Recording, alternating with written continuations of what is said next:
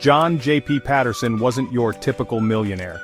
He was a man of unconventional ideas and an even more unconventional path to success. He didn't inherit his fortune. There was no silver spoon in his mouth, no trust fund waiting for him. He didn't build a tech empire. There were no groundbreaking apps or revolutionary software under his belt.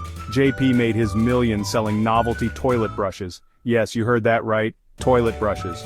These weren't just any toilet brushes though. They were part of his Throne Duster empire, a line of bathroom accessories that somehow took the world by storm. He was the brains, and the crude humor, behind the Throne Duster empire, a line of bathroom accessories that somehow took the world by storm. His quirky products became a sensation, turning mundane bathroom chores into a source of amusement. Now, JP found himself sitting on a mountain of cash larger than he ever imagined. His success was beyond his wildest dreams. He had just sold his company for a cool $100 million. It was a deal that left him both exhilarated and contemplative. He kept half for a rainy day and decided to spend the rest, all $50 million, in one day. It was a decision that would set the stage for an unforgettable adventure. Why? Life's too short, he'd say with a shrug and a mischievous glint in his eye. For JP, it was about living in the moment and embracing the absurdity of his newfound wealth. JP decided to document his 24-hour spending spree, turning it into a bizarre social experiment. He wanted to capture every moment of this wild ride. He wanted to see how far $50 million could really go and what, if anything, it could buy. From luxury cars to extravagant experiences, nothing was off limits. Little did he know, the journey would be far wilder and far more revealing than he could have ever imagined. It was a day that would challenge his perceptions of wealth, happiness, and the true value of money. JP's day began with a bang, or rather, a roar. The kind of roar that only a high-performance engine can produce, echoing through the quiet morning streets and turning heads as it passed by. At 8 o'clock sharp, he strolled into a luxury car dealership, a twinkle in his eye and a wad of cash in his hand. The showroom was a paradise of polished metal and leather, each car more dazzling than the last. He bought the first 10 sports cars that caught his fancy: Ferraris, Lamborghinis, McLarens. You name it, he bought it. The salespeople could hardly believe their luck as JP pointed out car after car, his enthusiasm infectious.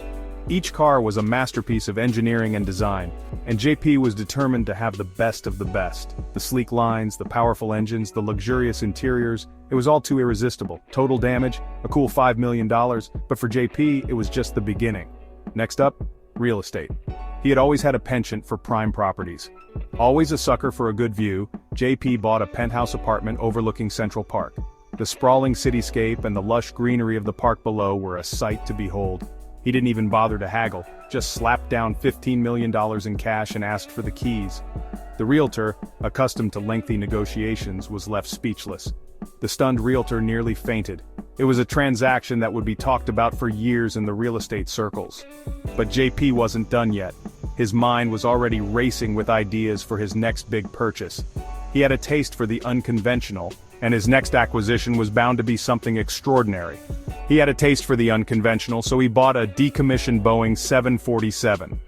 The massive aircraft, once a symbol of commercial aviation, was now his latest toy. His plan? Turn it into a flying library and offer free flights to book lovers around the world. It was an ambitious project, but JP was never one to shy away from a challenge. The price tag? A cool $10 million. But for JP, it was a small price to pay for such a unique venture. By noon, JP was $30 million lighter, but he was just getting warmed up.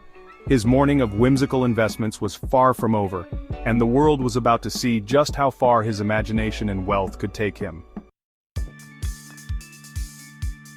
For lunch, JP decided to indulge. He booked out the entire top floor of New York City's most expensive restaurant. He invited everyone he could think of, old friends, distant relatives, even the guy who delivered his pizza every Friday night. The menu was a symphony of extravagance: caviar by the bucketload, champagne that flowed like water, and a dessert cart that resembled a miniature replica of the Palace of Versailles. The bill? A cool $1 million. After lunch, JP decided to try his luck at a high-stakes poker game. He bought his way into a game with some of the city's wealthiest sharks, casually tossing around $5 million in chips like they were pennies. He lost it all in an hour, but he didn't seem to mind. "It's just money," he quipped with a shrug. To some, JP's spending spree might have seemed reckless and irresponsible, but JP saw it as an opportunity to do some good in the world. He donated $5 million to a charity dedicated to providing clean water to developing countries. He then surprised every single person he encountered that day, from the barista who made his morning coffee to the homeless man asking for change on the street, with a $10,000 gift. "Pay it forward," he told them with a wink. His final act of the day was his boldest. He walked into a struggling inner-city school and pledged to fund its entire operating budget for the next decade. He wrote a check for $5 million and promised to personally mentor some of the students. It was a moment that brought tears to the eyes of even the most jaded observers. As the sun began to set, JP found himself wandering the streets of New York City, his pockets considerably lighter but his spirits surprisingly high. He popped into a vintage guitar shop and bought a 1959 Gibson Les Paul for $100,000. He didn't even play guitar, but it looked cool. Then on a whim, he bought a hot dog stand for $5,000 and spent the next hour giving away free hot dogs to anyone who passed by. JP's impulsive acquisitions were baffling to some, but there was a method to his madness. He wasn't just spending money, he was collecting experiences. He wanted to feel the thrill of the deal, the joy of giving, the sheer absurdity of it all. And in that sense, he was succeeding brilliantly. Section 6. A dinner party for the ages. As night fell, JP hosted an impromptu dinner party at his newly acquired penthouse. The penthouse, perched high above the city, offered a breathtaking view of the skyline, twinkling with 1,000 lights. It was the perfect setting for an unforgettable evening. Guests included a random assortment of people he had met throughout the day, the hot dog vendor, the poker players, and even a street musician who had serenaded him earlier. Each guest brought their own unique energy to the gathering. The realtor who sold him the penthouse was also in attendance, mingling effortlessly with the eclectic crowd, and a handful of curious onlookers drawn by the buzz of excitement added to the lively atmosphere. The party was a chaotic mix of champagne, caviar, and philosophical debate. Conversations flowed as freely as the drinks, with topics ranging from the meaning of life to the latest fashion trends. JP, ever the showman, regaled his guests with stories of his wild spending spree, eliciting gasps, laughter, and more than a few raised eyebrows. His tales of extravagance seemed almost too incredible to be true. The guests were captivated, hanging on his every word, their reactions a mix of astonishment and amusement. The night culminated in a rooftop fireworks display that rivaled the 4th of July. The sky exploded in a riot of colors, each burst of light reflecting off the glassy surfaces of the surrounding skyscrapers. As the last firework fizzled out, JP looked around at the faces of his guests, a mix of amusement and disbelief etched on their features. The awe in their eyes was unmistakable. He realized that he had created something truly special, a shared memory that would last a lifetime. The night had been more than just a party, it had been an experience, a moment in time that none of them would ever forget. As the guests began to leave, they exchanged knowing glances and heartfelt goodbyes, each one carrying with them a piece of the magic that had unfolded that night. JP stood at the door, a satisfied smile on his face, knowing he had given them a night to remember. Section 7. The Hangover, Regret, and Reflection. The next morning, JP woke up with a pounding headache, a slightly depleted bank account, and a nagging sense of, was it regret? Emptiness? He couldn't quite put his finger on it. He surveyed the remnants of the previous day's extravaganza, the mountain of caviar, the empty champagne bottles, the lingering scent of expensive cologne. He thought about the people he had met, the experiences he had had, the money he had spent. Had it all been worth it? He wasn't so sure anymore. He had bought a lot of things, but he hadn't necessarily bought happiness. In fact, he felt strangely hollow. Maybe he'd gone too far, too fast. Section 8. Did money buy happiness? A social experiment. As the dust settled on JP's 24-hour spending spree, one question lingered: did money buy happiness?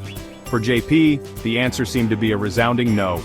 Sure, he had experienced moments of joy, excitement, and even profound human connection. But those moments were fleeting, quickly replaced by a sense of emptiness and disillusionment. JP realized that true happiness wasn't found in material possessions or extravagant experiences. It was found in the simpler things in life, meaningful relationships, a sense of purpose, and the pursuit of passions. His social experiment had yielded an unexpected result. Money, he learned, could amplify existing happiness, but it could not create it from scratch. It was a lesson that stayed with him long after the last champagne bottle had been emptied and the echoes of the fireworks had faded away. Section 9. The $1,000,000 question, what did we learn? J.P. Patterson's story is a cautionary tale, but it's also a story of redemption. He may have blown $50 million in a single day, but in the process, he learned a valuable lesson about the fleeting nature of material wealth and the true meaning of happiness. His story reminds us that money, while useful, is not the be-all and end-all. True fulfillment comes from within, from pursuing our passions, nurturing our relationships, and making a positive impact on the world around us. So, the next time you find yourself daydreaming about winning the lottery or striking it rich, remember JP's story. Money can buy a lot of things, but it can't buy happiness. That, my friends, is something you have to find for yourselves.